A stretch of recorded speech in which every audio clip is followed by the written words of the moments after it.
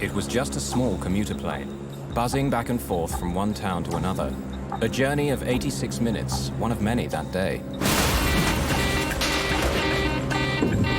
No one could ever have imagined that it would end like this, in drama and in death. Yet in 1995, two pilots with 26 passengers aboard managed to defy the laws of gravity for 9 minutes and 20 seconds, when their aircraft in effect lost the use of a wing, struggling home like a wounded bird. Help me, hold it! Brace positions! Keep your heads down, everyone! Hold on, this is gonna be rough! But when their plane makes a miraculous crash landing with all passengers alive, their ordeal isn't over. What awaits them is even more horrifying. It's getting hot in here! Get me out!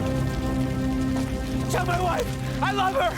I have never before or since dealt with so much physical devastation and emotional upheaval and so much sorrow.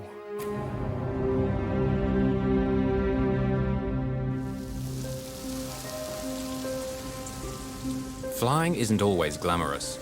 Regional airlines are like the buses of the air, trundling back and forth from one small city to another. Crews operate several flights a day, working for up to 15 hours. They face interminable ground delays and often surly passengers. If a flight gets cancelled, they don't get paid, but they enjoy their work. Atlanta Airport in Georgia has become one of the busiest in the world. It's the home of a very successful regional airline, Atlantic Southeast. ASA serves every town and city of the southeastern United States with a fleet of 83 turboprops. In 1995, most of them were Brasilias built by the Brazilian firm Embraer. The Brasilia is a high-performance aircraft with state-of-the-art avionics and a top speed of 378 miles per hour. Today, after 18,000 successful flights, this Brasilia will take off for the last time. Takeoff check, below the line. I've got your lights. Captain Ed Ganway and First Officer Matt Wadam have just flown in from Macon, Georgia. External lights on. Going through the departure checklist, they're now ready for their second flight of the day, Flight ASA 529 to Gulfport, Mississippi. Hi. Hi there. Flight attendant Robin Feck has been with ASA for just over 2 years. Hi there. Her cabin is a cramped space, only 31 feet long. Most of her 26 passengers are seasoned business travelers, ranging in age from 18 to 69. Among them are 6 engineers, 2 deputy sheriffs, a minister, 2 Air Force personnel, and even an aspiring flight attendant. For them, the short trip to Gulfport, Mississippi is a routine journey. But they're half an hour late on their schedule already. Okay, power's set.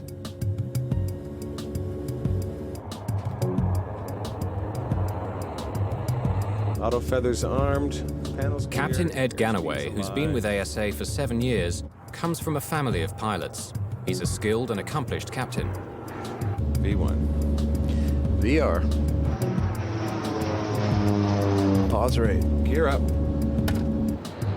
AC 529, contact departure, fly heading 060 now. We'll see you. The two men have only been flying together for 4 months, but get along well. At 6'3" and 200 pounds, Matt Warmadam is a tight fit in the Brasilia's cramped cockpit. I think all pilots would agree that the Brasilia was a constant love-hate relationship. It was, at the time, the fastest, sleekest turboprop around. And it was also very tricky to master. The thing was built like a Sherman tank.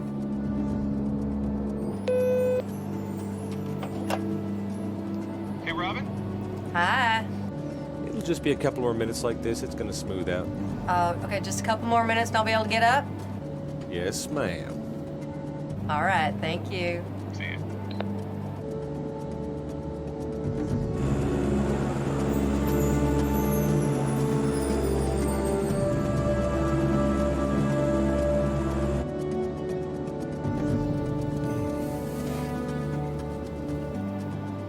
David McCorkill is a frequent flyer and works in the software business. He's on his way to an important meeting. Good afternoon, ladies and gentlemen.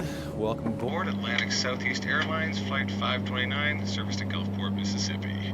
We're passing through 13,000 feet. The captain has turned off the fasten seatbelt signs.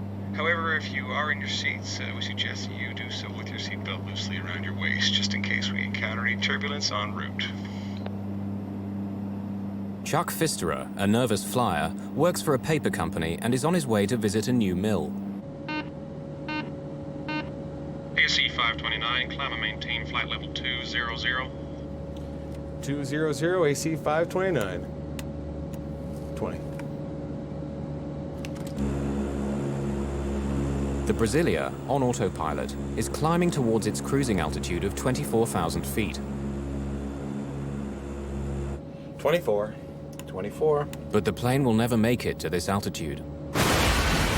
Autopilot, engine control, oil. The sound of that Autopilot, was engine tremendous. It was as if someone had taken a baseball bat and hit an aluminum garbage can as hard as they could. It was just a gigantic crashing sound. And the airplane immediately lurched to the left. I heard a loud bang, and that's what, just shot me awake.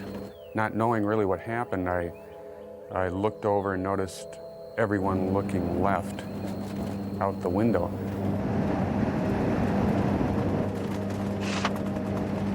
What I saw was very alarming. The outer skin of the engine had been ripped off, or as I determined later, had peeled back because of some force.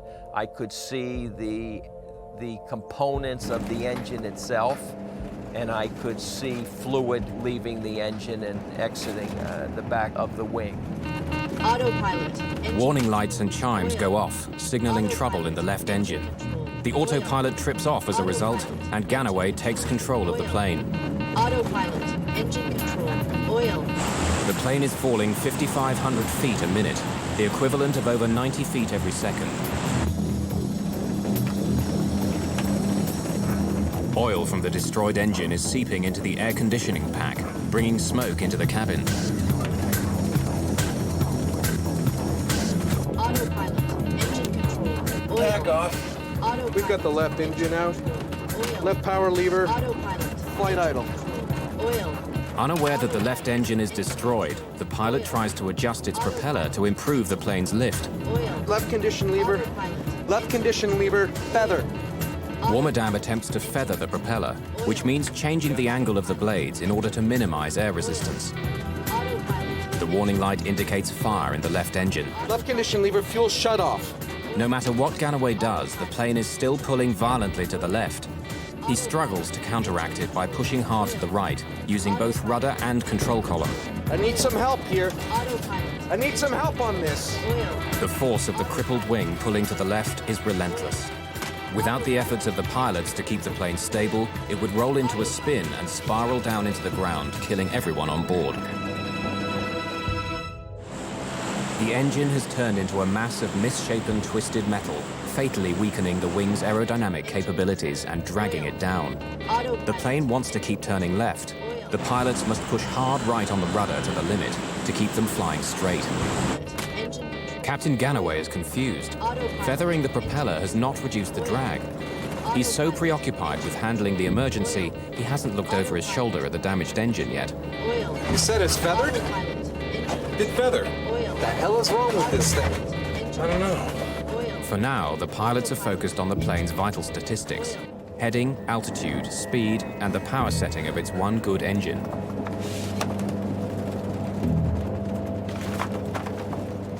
Well, these planes were designed to fly with one engine.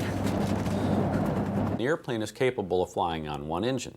However, in the case of 529, not only do you have an engine that has malfunctioned and stopped running, but now it is broken from its normal mounted position and canted, which creates a very increased or dramatic aerodynamic effect on the airplane. Let's close these. Oh, sir, you don't need to be looking at that. My reaction was, the hell with you. If I want to look out the window, I'm going to look out the window because these are the last moments of my life. Whoa, it's all right. that's just what turbulence feels like with one engine. Are we gonna make it? Oh, sir, of course we're gonna make it. How can the plane fly like that?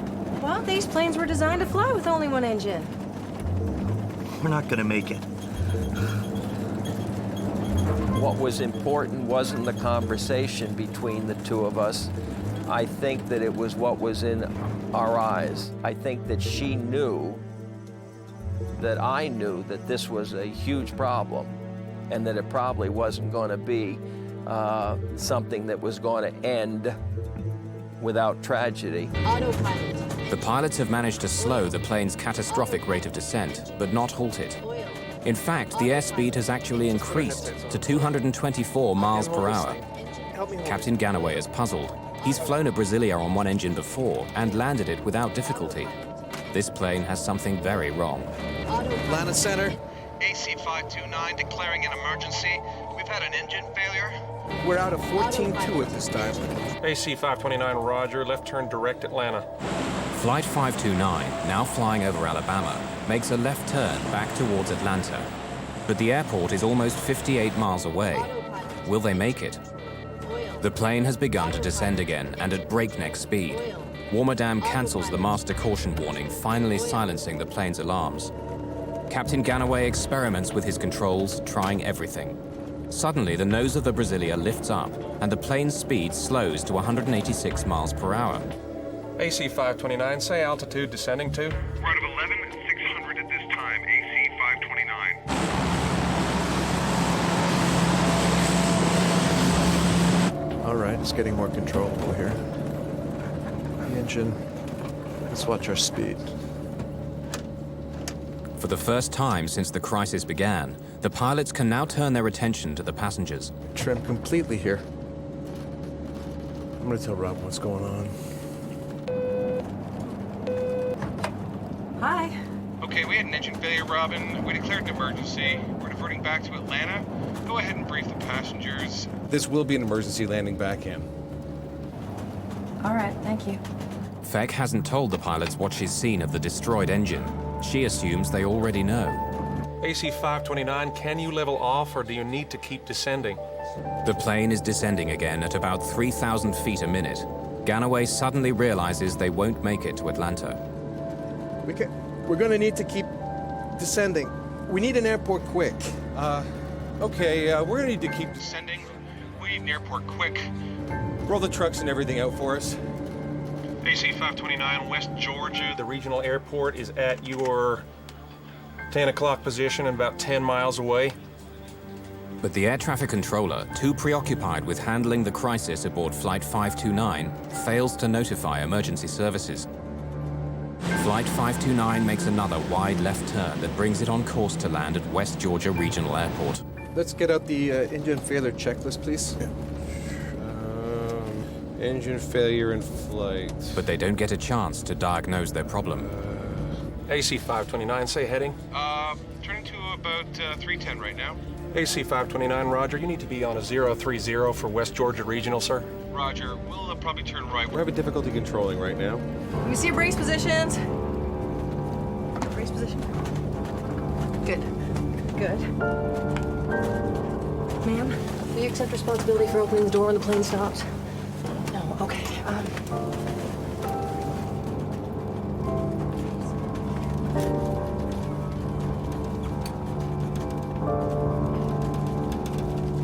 APU, if available, start. You want me to start it? We gotta bring this thing down. Put that off. Bring the ice off. Caution. Caution. AC 529. Say your altitude now, sir. Out of 7,000, AC 529. Trim, fail. Trim, fail. Oh, good start. AC 529, I missed that. I'm sorry. We're at a 6.9 right now. AC 529. Okay, it's up and running, Ed. All right, go ahead. Caution. AC 529. West Georgia Regional is your closest airport. What kind of runway they got? Yeah, what kind of runways West Georgia Regional got? West Georgia Regional is... It's 5,000 feet. And is asphalt, sir. Okay, now I want you to remove any pens or sharp objects from your pockets. I want you to take off your glasses and pour any drinks into the pocket of the seat in front of you.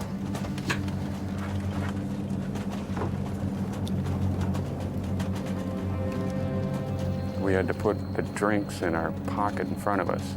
I think that shook a few of us. And I kind of noticed it wasn't going too well, but most folks on that flight were business folks that flew real frequent. So, you know, there was no screaming or panicking of any sort. Based on the fact that I was going to die, I dealt with it in the best way that I could, which was just to try to absorb it, accept it, and deal with it. Okay, Mom, practice. Take your seatbelt off and on, okay? That's it. Okay, if there's smoke and the door in front of us is blocked, you gotta get down on your hands and knees and crawl to the back, okay? So count the rows. We gotta get out of the 5th row.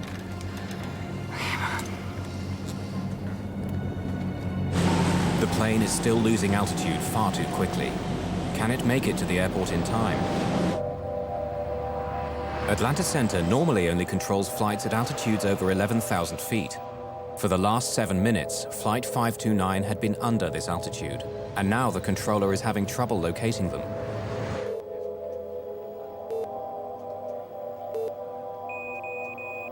AC 529, I've lost your transponder. Say altitude. We're at a 4.5 at this time. AC 529, I've got you now, and the airport's at your... Say you're heading now, sir? We are heading 080. Roger. You need about 10 degrees left. West Georgia Regional Airport is only 8 miles away, beneath the clouds. 2 minutes flying time, but they're not sure they can keep airborne that long. I'll tell you what, let me put you on approach. He works that airport and we'll be able to give you more information. Contact Atlanta Approach at 12.0. Atlanta Approach Air Traffic Control. It monitors planes within a much smaller airspace, including West Georgia Regional Airport. The Brasilia, now at 3,400 feet, has slowed its descent to 1,800 feet per minute, but that's still too fast. They won't make it to the airport.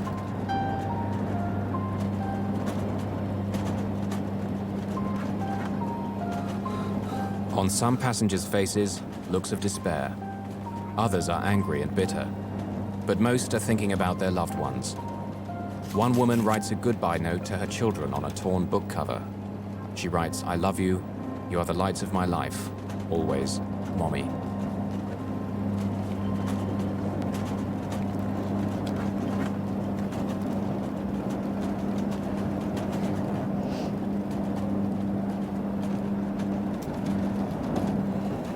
I think we should pray. 7 minutes have passed. For the first time, Captain Ganway manages to catch a glimpse of the left engine. The engine's exploded. It's just hanging out there. This was something his instruments hadn't told him. It's no simple engine failure. The engine is just dangling off the wing. He knows he could land a Brasilia with a failed engine, but not when it's torn apart. This is something his training hasn't prepared him for. He wishes he could see through the clouds. Atlanta Approach, AC 529. AC 529. Atlanta Approach here. Yes, sir, we're with you, declaring an emergency. AC 529, roger. Expect localizer runway 34 approach. And could you fly heading 180? 160. Localizer frequency. The controller's flight path will take the Brasilia several miles south before landing. Ganway knows he doesn't have the extra minutes that this will take. We can get it in on a visual. Just give us the vectors. We'll go the visual. He asks for directions to take the plane straight in using the shortest possible route. Suddenly, they're out of the clouds, but the sight that greets them couldn't be worse. In front of them, no airport, only forest and villages. Captain Ganway, who never stutters, does now. Single engine checklist, please. Where the hell is it?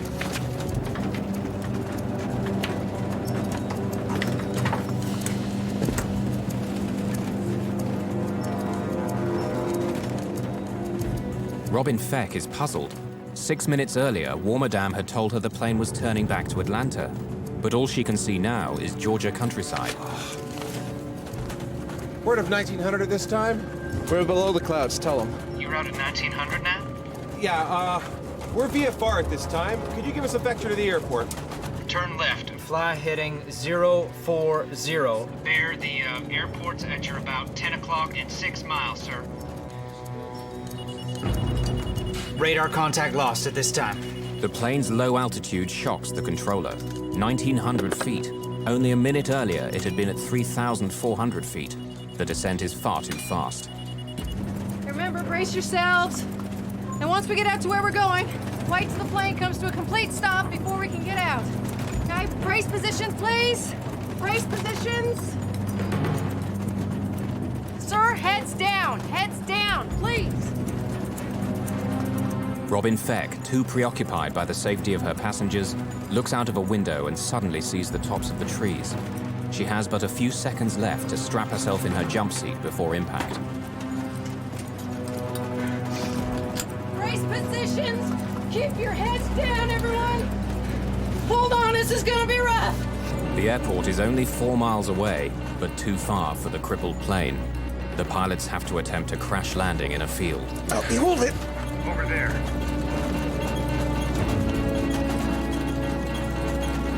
Help me hold it. Help me hold it. Here, 500. Here, 500. The plane's altitude voice alarm sounds, warning the pilots that they're flying too close to the ground without their landing gear lowered. Fucking land the plane! The pilots will attempt to land on the plane's belly. 100. Here, 100. Help me hold it. Help me hold it! Here, 100. Amy, I love you. These are the last words on the cockpit voice recorder. The plane is flying at 138 miles per hour and only seconds away from impact. 50. Here, 40. Here, 30. Here, 20. Here.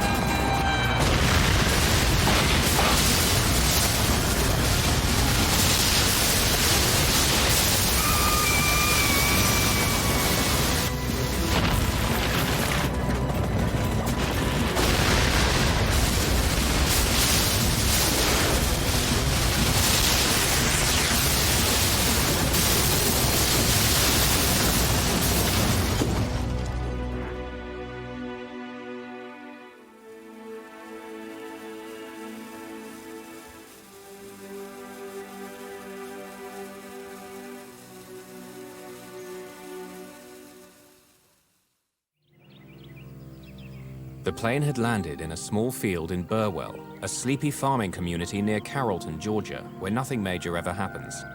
Many neighbors witnessed the plane coming down. Bill Jetters and his wife lived in this house at the end of this field, angled directly in the plane's path. My wife was sitting at the kitchen table, reading. And she said, Bill, we better get out of here because the plane's gonna hit the house. So about that time it started stopping. I said, well, you call 911 and I'm going to see if I can help at the plane. Emergency? Yes, we have a plane crashed in our backyard. A plane crashed? Yes, somebody out here currently. 8 minutes had passed since First Officer Wadam had declared an emergency and asked Atlanta Center for rescue vehicles to be alerted. But the controller hadn't passed on the message. Minutes would make the difference now between life and death. The local emergency services responded quickly, but were still many miles away.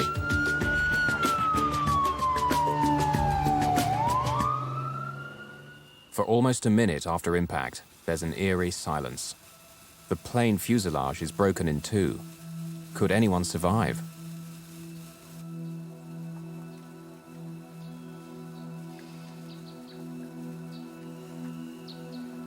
As the dust settles, all 29 people on board are miraculously alive, with only a handful seriously injured by the impact.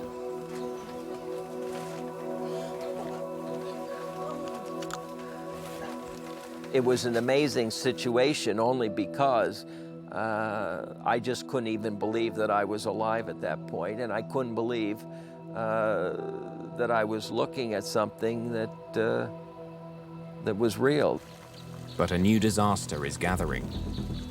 Fuel from the shattered wing tanks is pouring onto the ground. The last thing I remember is the sound of hitting the trees, and then I honestly don't recall impact. Captain Ed Ganway has been knocked unconscious by a blow to the head during the impacts. When First Officer Matt Wadam regains consciousness, he realizes they're stuck. The cockpit door is jammed, and smoke is slowly seeping in. He reaches for the emergency crash axe. The cockpit window is the only way out. The next immediate thought I had was, now we're going to blow up. So get out of there. It was burning, you know, right in the opening. You know, so I just jumped over. And I headed towards the opening, and I walked out of the aircraft, and I walked away from it. The sparks ignite the fuel vapors, creating a blazing fire. Within seconds, the fire spreads to the fuselage. In the rear section of the plane, the passengers are now trapped by flames burning at 1800 degrees centigrade. They can hear screams from the field outside, where some passengers are already suffering from terrible burns. To escape, they too have to run through the fire, not fall in it, hoping for the best. I turned back and I looked at the aircraft, and what I saw was that the opening that I had come through was basically fully engulfed in flames, and that the people that were exiting the aircraft were all on fire. Some of them would, you know, roll in the grass to try and put the fire out, and sometimes that made it worse because there was spent or spilt fuel, and then they would get even more ignited. And the whole situation got uglier and uglier in the sense that you would all of a sudden see people with their clothing burned off. You would see people with red skin that you could see was burnt. You could actually see some people whose flesh was like dropping off of their bodies or their faces. It was just a horrible situation that was taking place, and it was getting worse and worse.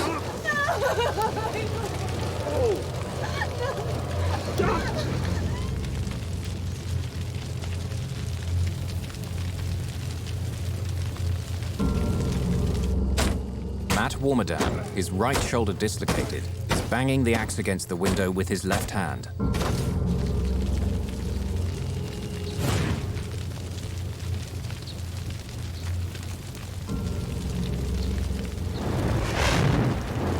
Person's clothes were on fire, and she was on the ground. I think it was a woman. She was on the ground, and Robin said to me, she says, take off your shirt, take off your pants, try to beat the flames out. And I did that. One gentleman I saw was crawling, completely engulfed in flames, and another one that was, most of his clothes was torn off. Now, whether they got torn off in the crash or he tore them off himself, I don't know. I helped him away from the airplane and brought him up towards my brother-in-law's house.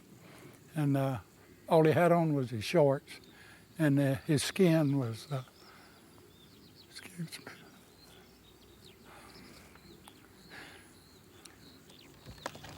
Well, being a paralyzed person myself, I knew that I couldn't do much for them. I was looking and I thought to myself, that'll be these people that on that airplane are seeing the last seconds of a normal life that they'll ever live.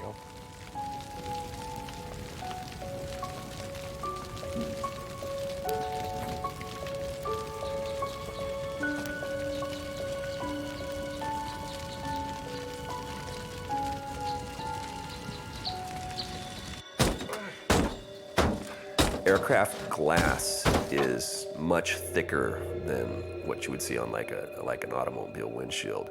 It's several different composite layers that have been temper treated together to make it a very, very tough surface. And with each swing of the crash axe, I was only able to chip away a small piece of glass.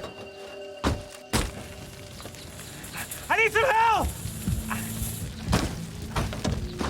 I really did feel kind of alone there. I'm looking around left and right, and there's, There's no other fools that close, you know, at that second. But even though passenger David McCorkle believes that the plane might blow up at any second, he goes to Matt Warmerdam's rescue. Can you help me? I haven't got enough room inside to swing it. Where should I hit? In here. Hang on a second, hang on, I gotta get some air. The oxygen cylinder in the closet behind the co-pilot's seat punctures. It'll make the cockpit fire much worse. Okay. Go ahead. Okay.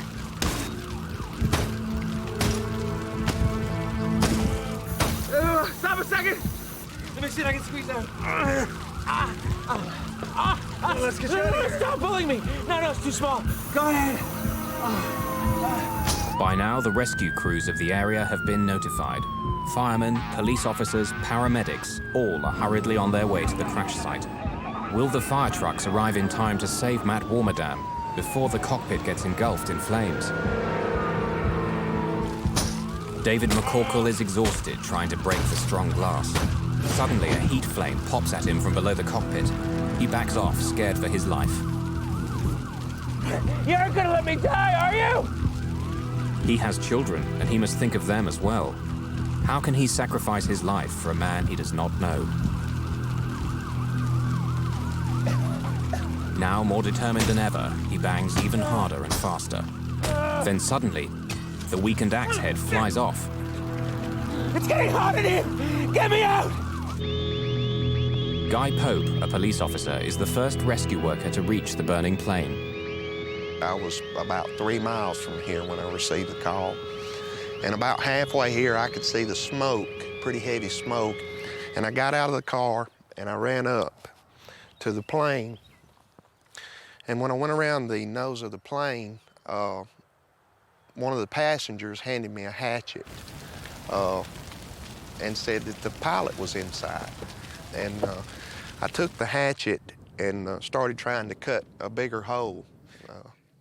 I couldn't get around behind the cockpit because of fire. It was still burning pretty heavy, and there was an oxygen bottle there blowing the fire. And, you know, it's just one of them things. You see a man burn, you don't forget it. This is live footage taken with a video from the windshield of a Georgia State Patrol police car as rescue workers are arriving at the site. At this moment, all passengers are out of the 2 sections of the broken plane, except pilots Ed Ganway and Matt Warmerdam, who remain prisoners of their cockpit. Well, first off, I had to tear the back of the cockpit out. It had burnt and there was no door or visible door or anything like that, so I actually took my hands and tore it out. When I started to pull him out, he looked up and he said, "Tell my wife, Amy, that I love her." I said, "No, sir, you tell her that you love her, because I'm getting you out of here." Inside the ambulance, I worked with him, and I thought that probably he would not make it. I took his name badge and pinned it on his underwear, which was the only thing I'd left on him, trying to cool him down, because I thought that if he died, at least someone would know who he was. Surprisingly, Matt was aware of everything around him, and he kept trying to assure me that things were going to be okay. He was comforting me, because at that particular time I was crying. Matthew actually took his burned hand and wiped a tear away. They found Captain Ganway dead in the cockpit. He had struck his head on impact and never regained consciousness. He died of burns and smoke inhalation. The crash survivors, some with broken bones and others with burns ranging from minor to 92%, are rushed to various hospitals in Georgia. 13 passengers were brought to Tanner Hospital in Carrollton, 15 minutes away, where Code Black was immediately applied, meaning everybody helps. Dr. Bobby Mitchell, after working a night shift, was awakened. He was responsible for treating 4 survivors, including flight attendant Robin Feck. When I got to the hospital, some of the people that had survived the plane crash were already here. The smell was initially just a wave of jet fuel that just hit you as the door opened, and then that was mixed with just a pungent, horrible odor of burned flesh.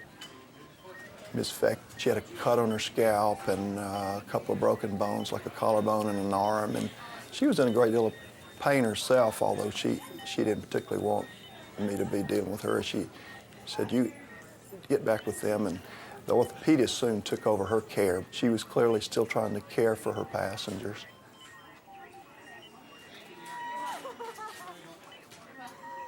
When a patient suffers a severe burn, the skin is violated, and the skin really is the major part of your immune system. So people that have been horribly burned, that initial defense is violated, and infectious organisms harmful to the body can very easily get in, and your immune system can just handle so much. When they are able to survive for a period of weeks, it is not uncommon for them to die from other organ failure, which is what happened to a lot of the people that were on Flight 529.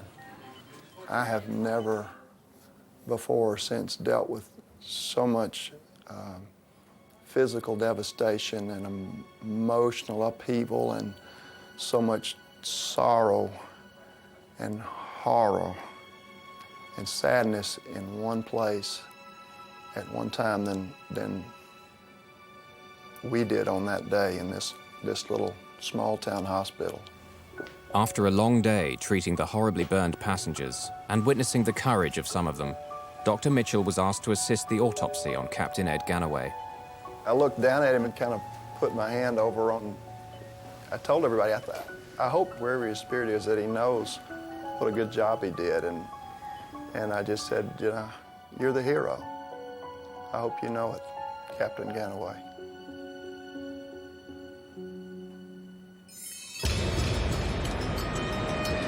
Regional airlines are a North American phenomenon.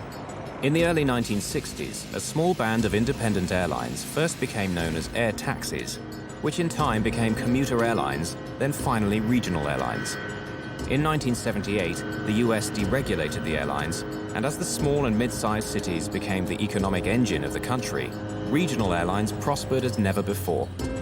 The National Transportation Safety Board in the United States is responsible for investigating air disasters.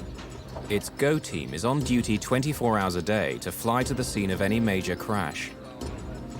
The NTSB will have several subgroups working at the same time, each examining a particular part of the plane. Gordon Jim Hookey, an aerospace engineer, was in charge of the propeller maintenance group. We went out to the crash site, and in the usual fashion, you just kind of look around and get a feel for where all the pieces are. We came along the propeller assembly that was missing. Looking down through the dirt, we could see the telltale marks, the beach marks along the fracture surface that indicated it might have been a fatigue fracture. During the last 10 minutes of Flight 529, no one on board the plane suspected that the engine failure had been caused by a propeller blade fracture. Hookey had good reason to be concerned by the broken propeller blade. He'd seen it all before. 4 years earlier, another ASA Brasilia had nosedived and crashed in woods in Georgia, killing all 23 people aboard, including former US Senator John Tower of Texas and Space Shuttle astronaut Manly Sonny Carter. The NTSB's investigation of that incident had found the crash had been caused by a badly designed propeller control unit, and they blamed the manufacturer, Hamilton Standard. Then in March 1994, just 17 months before ASA 529, on 2 separate commercial flights, identical propeller blades broke from metal fatigue over Canada and over Brazil. In both cases, the aircraft involved managed to land safely. These accidents pointed to serious problems in Hamilton Standard propellers and became a major crisis for the company. Airlines were ordered by the government to carry out an inspection of all the 15,000 propeller blades in service. Investigators found that the broken propeller had been declared suspect and sent back to Hamilton Standard for inspection. When the ASA mechanics took the blade off the hub, as soon as they turned it over, we marked down the serial number. So when we went back to do the records, we could immediately go to that particular blade. Investigator Jim Hookey took the broken blade stub to Atlanta Airport. From there, it was sent to the NTSB laboratory in Washington. By next morning, blade number 861398 was being examined under a scanning microscope. Investigators found telltale deposits of chlorine, a corrosive substance known to eat into the inner walls of the propeller blade. So then the question becomes, where did the chlorine come from? In 2 of the previous propeller failures, the problem had also been traced to corrosion caused by chlorine in the inner wall of the blade. Flight 529's blade had also snapped off 13.2 inches from the hub, very similar to the 2 previous blade failures. Under the microscope, NTSB scientists saw that 2 cracks along the inner wall of the blade had joined to form a single fissure. This had grown and grown until it circled the blade, at which point it snapped under the stress of normal operation. But the NTSB scientists noted something else. On the inner surface, extending about 1.5 inches from the fracture, there was a series of sanding marks. Hookey set off to Hamilton Standard, intent on getting the maintenance records for the propellers. What had been done to the blade when it had been recalled? At the factory, Hookey examined the blade's repair reports. He noted the initials of the technician who did the work, CSB, Christopher Scott Bender. He was a young technician who worked at a Hamilton Standard propeller repair facility. Christopher Bender had watched the news of the accident on television, little realizing how he was involved in the accident. I saw the Hamilton Standard prop on it, and I was like, I hope this is not a prop failure. It was just kind of the back of my mind, and that morning they were like, you know, the NTSB is down there, FAA is investigating, and they've called in some of our engineers to go also down there, and it might be a prop failure. And as soon as I heard that, my heart just sank. I was like, you know, I think I might have even cried a little bit because I was just, you know, just emotionally overwhelmed that, you know, something I had put my hands on, the procedure that somebody trusted me to do failed, and because that somebody had died. After discovering the technician who had last worked on the propeller blade that caused the crash of ASA 529, the NTSB now had to find out how the blade had passed inspection. Propeller blades are hollow. Inside, weights are inserted to balance the prop. They're kept in place by a cork soaked in chlorine. It was the chlorine that had caused the corrosion in the previous accidents. However, on this blade, Bender had been unable to detect any evidence of corrosion. He then did what he'd been told to do, polish the inside of the blade. The draft accident report we present to you today involves Atlantic Southeast Airlines Flight 529. The NTSB found that by polishing the blade, Hamilton Standard had unwittingly removed all traces of the crack, and a later, more thorough ultrasound examination couldn't detect it. The NTSB asked for more accountability for management at Hamilton Standard. And so the final report read, the fracture was caused by a fatigue crack from multiple corrosion pits that were not discovered by Hamilton Standard because of inadequate and ineffective corporate inspection and repair techniques, training, documentation, and communications. Some final questions still needed to be answered. Why had the broken propeller blade destroyed the engine? In previous incidents, the entire propeller had fallen away harmlessly. But on Flight 529, blade loss unbalanced the propeller and led to uncontrollable high-speed shaking as the engine shuddered in its mountings. This was the ominous hammering sound heard by the passengers. It literally ripped the engine open and left the useless propeller jammed against the wing. The flight crew weren't handling the engine failure as a true engine failure in that some mechanical malfunction occurred and the engine stopped running. They didn't know that the engine actually had vibrated significantly and broken from its mount and actually canted or twisted on the wing.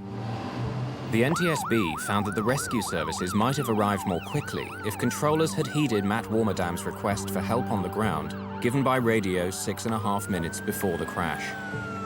Another key NTSB recommendation was to replace the flimsy crash axe that had failed in Warmerdam's rescue with a sturdier model. Investigators praised the crew of Flight 529 for the way they dealt with the crisis, calling their reactions reasonable and appropriate. But the board could offer little advice on the one thing that had caused all these deaths: fire. The conundrum is, how do you make a fuel burn in an engine but not ignite when it's spilled? One way to reduce the severity of post-crash fires is by utilizing less flammable fuel. In 1984, the Federal Aviation Administration and NASA decided to test a new, safer fuel by staging an accident using a remote-controlled plane. Unfortunately, it was not a conspicuous success.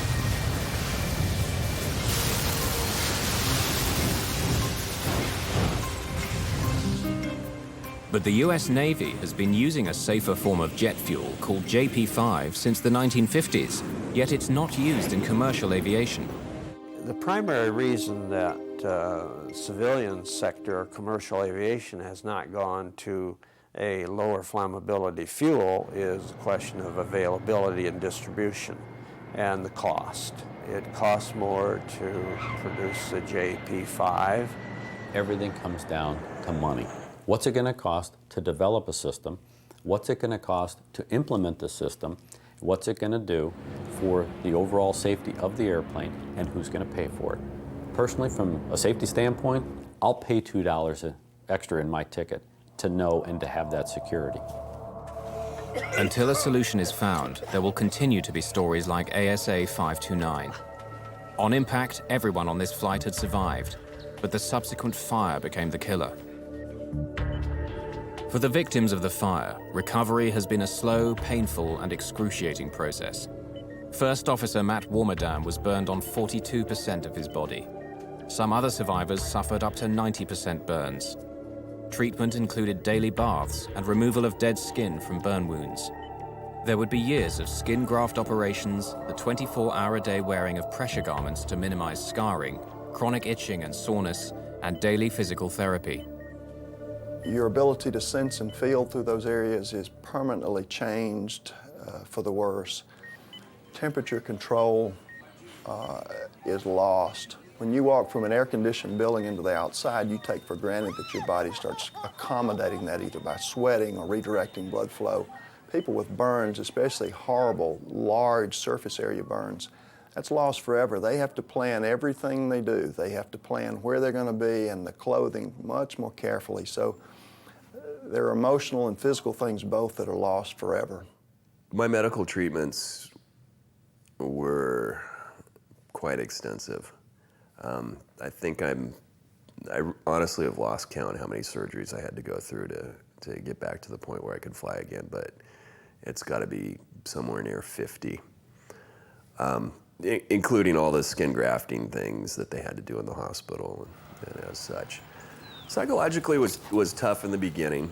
There I was, happy to be finally starting my career as I had dreamed it from my childhood, and it was suddenly ripped away. And that was tough. There was a lot of long nights talking with Amy, trying to get over the pain and despair of all that. I did have trouble getting my life back in order. It caused me to drink more than I had before. I think at the plane crash, it just took the last bite. And I stayed in the fire service for a while after that, but my heart was never in it again. I quit my job as I was a vice president of a software company, traveling a lot, making very good money. And I went to work as a buyer in Alaska. I also reconnected with my ex-wife, and we got remarried, moved down to South Carolina, and had all our kids move in with us. So, yeah, I did change my life.